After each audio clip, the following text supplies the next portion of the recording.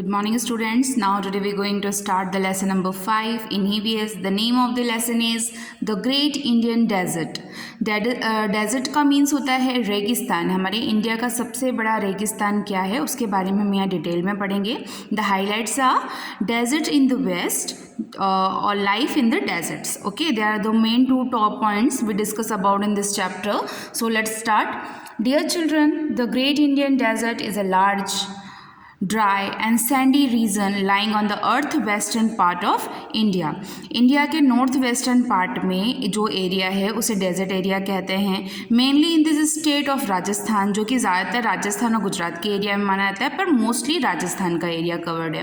This region is a barren because of lots of sandy nature.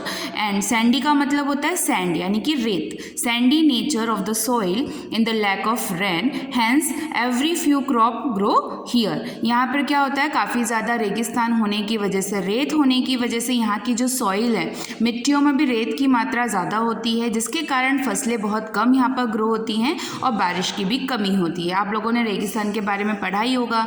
ऊँट वहाँ का सबसे एक कहते हैं ना शिप ऑफ द डेजर्ट होती है. वहाँ पर बहुत ज़्यादा भारी मात्रा में रेत होती है, जिसकी वजह से गर्मी भी राजस्थान के एरिया में काफ़ी ज़्यादा होती है. So let us discuss about in detail. The first topic is deserts in the west. West के एरिया में जो पश्चिम डेजर्ट है उसके बारे में हम यहाँ पढ़ेंगे. The Great Indian Desert of the Thar desert cover on the large area of Rajasthan. Rajasthan का जो सबसे भारी मात्रा में डेजर्ट एरिया है उसे हम थार डेजर्ट कहते हैं. There is a why Rajasthan is also known as the desert state of India. India के सबसे ज़्यादा रेगिस्तान यहीं पर है, इसीलिए इसे desert of India, desert state of India कहा जाता है राजस्थान को. The Thar desert main lies in the state of Rajasthan. जो थार डेजर्ट है वो पूरी तरीके से राजस्थान में कवर्ड है. It is also the spread across the northern Gujarat and some part of southern Haryana. उसका कुछ भाग गुजरात और कुछ भाग हरियाणा में भी फंसता है एंड पंजाब में. To the south of the Thar lie the salt marsh of the Rann of Kutch to and towards the east lie in the Aravalli hills. Aravalli hill से होता हुआ ये रानाकंच जाता है, जो कि सबसे बड़ा रेगिस्तान माना जाता है. सबसे भारी मात्रा में ये थार डेजर्ट राजस्थान में फैला हुआ है. उसके बाद कुछ हिस्सा इसका पंजाब, हरियाणा और गुजरात में भी कवर होता है. While at some place of Thar has a lot of dry sand. At some other places the land is a rocky. यानी कि थार डेजर्ट के एरिया में आसपास ज़्यादातर सिर्फ रेगिस्तान है, यानी कि ड्राई सैंड है, सूखी हुई रेत. और मोस्टली जो वहाँ के एरियाज़ है या तो वो रॉकी है. रॉकी का मतलब हो जाता है पत्थरों से बने हुए हैं. A major part of the desert is covered by the sand dunes. Sand dunes यानी कि इस तरीके के टीलों से, रेगिस्तान के टीले बोलते हैं इसे. Sand dunes are the small hills of the sand from by wind. यानी कि रेत क्या होती है, हवा की हेल्प से एक जगह से दूसरी जगह उड़ के इकट्ठा हो जाती है और फिर वो पर्वत का रूप यानी कि इस तरीके से छोटे छोटे टीलों का रूप ले लेती है. The wind that blow in a desert are strong and often cause of sand storm. यहाँ पर उठने वाली जो हवा रहती है वो एक विकराल रूप भी धरती है, जैसे कि आप लोगों ने पानी में स्टॉर्म, साइक्लोन आते देखा है. उसी तरीके से यहाँ इतनी तेज़ हवा चलती है कि रेगिस्तान का तूफान, रेत का तूफान बन जाता है, sand storm. This frequent wind or storm shift the sand due to from one place to another. और ये हवा इतनी तेज़ होती है कि रेत को एक जगह से उठाकर दूसरी जगह पर इकट्ठा कर देती है. और यही देखने में आपको दूर दूर तक इस पिक्चर में आप देख सकते हो ना, अलग अलग हिस्सों में रेत का रेगिस्तान यानी कि रेगिस्तान के टीले बने हुए हैं.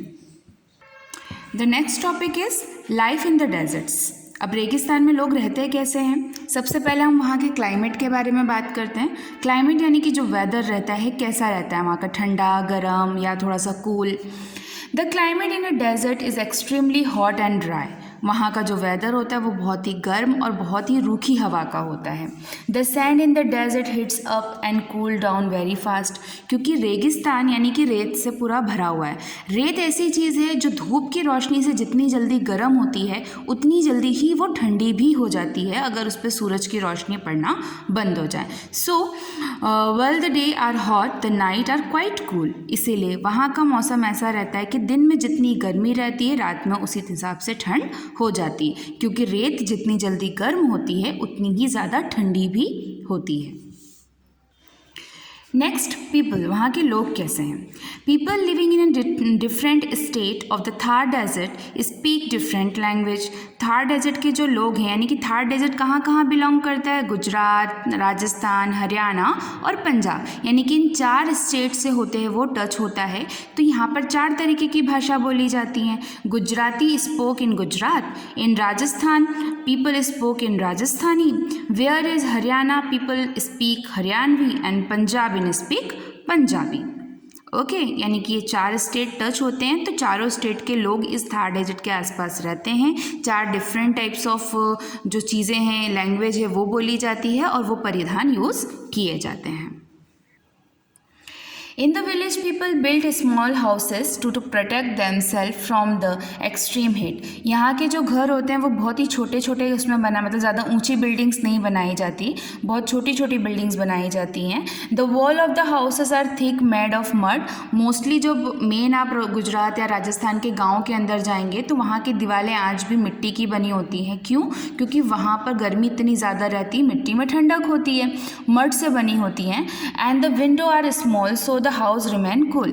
और जो विंडोज़ रहती छोटी छोटी विंडोज़ पूरे घर में आप देख सकते हैं। देखिए ये जो घर में कितनी सारी विंडोज़ इनके चारों तरफ खुली, यानी कि एक पूरा वेंटिलेटेड हाउस बनाते हैं ताकि चारों तरफ से हवा इनके घर में आए और कमरा ठंडा रहे, बिकॉज वहाँ गर्मी इतनी ज़्यादा रहती है दिन में कि लोगों का सर्वाइव करना मुश्किल हो जाता है। Often the wall, floors and the cleans are the house of insulated with the cake of make dry cow dung. यहाँ के लोग अभी भी कच्ची मिट्टी के घर में ज़्यादातर रहते हैं, कच्ची मिट्टी का ही यूज़ करते हैं। काउ डंग जो यानी कि गाय का या भैंस का जो गोबर होता है उससे अपने फ्लोर को लीपना, ये सब अभी भी वहाँ पर होता है। The houses also have to flat roof यानी कि इस टाइप की छत।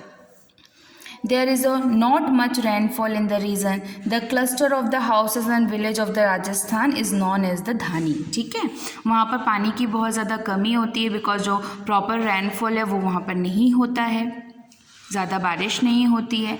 तो ये लोग छत ऐसे बनवाते हैं कि इनकी छत अच्छे से सींच जाए और पानी का भी कोई वेस्ट ना हो। Mainly people in Rajasthan have to develop into the city where people are engaged in a various occupation in the agriculture and the cattle rearing. In these cities, people mostly live in the multi-story buildings. Long water pipelines supply water to the cities. यहाँ पर राजस्थान में भी बहुत सारे occupations हैं, लोगों को बहुत सारा काम मिल जाता है। एग्रीकल्चर होता है, कैटल रियरिंग होती है, यानी कि भारी मात्रा में जानवरों को बेचा खरीदा जाता है, और यहाँ पर बहुत से ऐसे काम हैं जो लोग आसानी से कर सकते हैं। अब आते हैं हम, नेक्स्ट टॉपिक है बंजारास।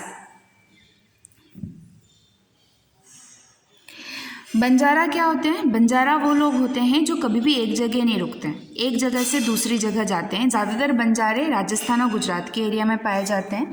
सम people living in the desert do not settle at the one place but move from one place to another with their family and possession in search of water. कई लोग ऐसे होते हैं क्योंकि वहाँ पर पानी की काफ़ी दिक्कत है, जो सिटीज़ रहती हैं, बड़ी बड़ी बिल्डिंग्स, वहाँ तो पाइपलाइन के थ्रू पानी आ जाता है, बट जो लोकल एरियाज़ रहते हैं वहाँ पर पानी की काफ़ी कमी है, क्योंकि वहाँ पर रेनफॉल यानी कि बारिश कम होती है, रेगिस्तान का एरिया है, इसलिए पानी की दिक्कत वहाँ हमेशा बनी रहती है। तो जो लोग पानी की वजह से एक जगह से दूसरी जगह अपनी फैमिली के साथ शिफ्ट होते रहते हैं, this the nomadic people are known as the Banjaras, और ऐसे लोगों को हम बंजारा कहते हैं। They wear colorful clothes with the lots of tiny mirror fixed on them. The burden, they travel from one place to another on a camel. ऊँट की सवारी करते हैं और अपने एक जगह से दूसरी जगह पानी की तलाश में, खाने की तलाश में और काम की तलाश में ये लोग मूव ऑन करते रहते हैं। ये ज़्यादातर बंजारों की तरह ड्रेस पहनते हैं। इनकी ड्रेस कैसी होती है? बिल्कुल रंग बिरंगी, और उस पर बड़े बड़े कांच लगे रहते हैं।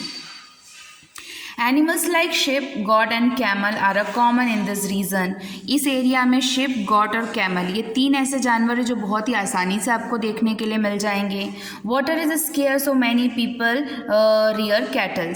यहाँ पर जो पानी है वो बहुत ही दूर दूर से लाया जाता है, इसलिए मोस्टली घरों में आपको ये कैटल्स मिलेंगे। इनकी सहायता से लोग दूर दूर से पानी ढोकर अपने घर तक लेकर आते हैं। Camel are an important assist for the people of Rajasthan. Rajasthan के लिए जैसे उनकी बोली भाषा है, उसी तरह राजस्थान का सबसे प्रमुख हिस्सा माना जाता है कैमल को, बिकॉज वो एक सैंडी एरिया है, रॉकी एरियाज़ है, तो वहाँ पर जो नॉर्मल एनिमल्स होते हैं वो सर्वाइव नहीं कर सकते। कैमल की मात्रा वहाँ आपको ज़्यादा देखने के लिए मिलेगी। Camels can survive for day without a water and food, क्योंकि कैमल एक ऐसा जानवर है जो कई दिनों तक, 2 से 3 दिन तक बिना पानी बिना खाने के रह सकता है।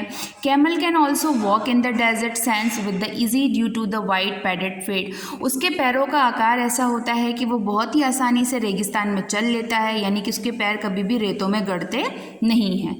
Camel can be used for a carrying loads, ploughing, field and pulling carts. वहाँ के लोग कैमल का यूज़ कैरी लोड यानी कि सामान ढोने के लिए, प्लगिंग यानी कि खेती करने के लिए, जिस तरीके से हम लोग बैल की हेल्प लेते हैं ना खेतों को जोतने के लिए, वहाँ के लोग देखिए कैमल की हेल्प लेते हैं। फिर सामान ढोने के लिए, ट्रैवल करने के लिए और गाड़ियों को खींचने के लिए भी कैमल का यूज़ किया जाता है। People drink camel milk also. Camel का जो दूध होता है वो लोग पीते हैं वहाँ पर। मोस्टली कैमल्स एनिमल्स मिलते हैं तो वो कैमल को ही यूज़फुल मानते हैं अपने लिए। So they are useful for the people living in the desert.